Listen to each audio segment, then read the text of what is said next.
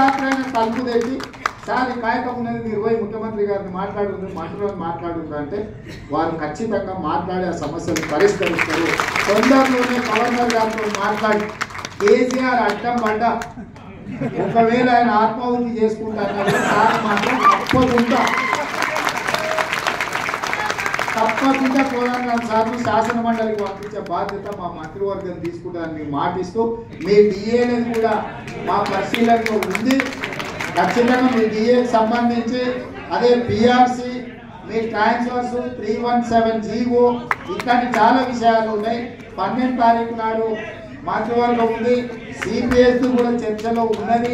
వీటన్నిటిని కూడా నేనేమంటున్నా అంటే అన్ని ఒక్కసారి ఓపెన్ చేస్తే మళ్ళీ జీతాలు కూడా రావు.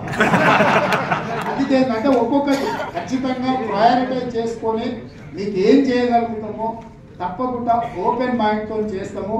మీ డిఏల విషయంలో కానీ పిఆర్సీ విషయంలో కానీ ఇతర ట్రాన్స్ఫర్స్ విషయంలో కానీ 317 భార్య ఒక దగ్గర భర్త ఒక దగ్గర ఈ విషయాలను కూడా పరిశీలించడానికి మంత్రివర్గ ఉపసంఘాన్ని వేసినాము.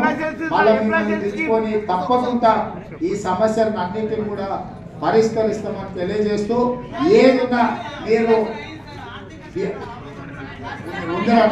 అన్ని నా దృష్టిలోనే మళ్ళీ మంత్రివర్గంలో మాట్లాడి నిర్ణయం తీసుకుంటాం. ఈరోజు మీ అందరినీ కలవడానికి ఈ సమావేశము ఇది ఒక ఆత్మీయ సమ్మేళనము.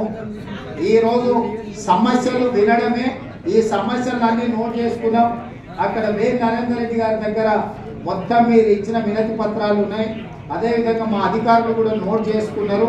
వీటన్నిటిని ఒక్కొక్కదాని తర్వాత ఒక్కొక్కటి వీటన్నిటిని పరిష్కరించే బాధ్యత మా ప్రభుత్వం తీసుకుంటుంది. మిమ్మల్ని సంప్రదించి మీతో మాట్లాడి నిర్ణయాలు తీసుకుంటామని తెలియజేస్తూ మీ అందరి దగ్గర సెలవు తీసుకుంటున్నాం. ధన్యవాదాలు.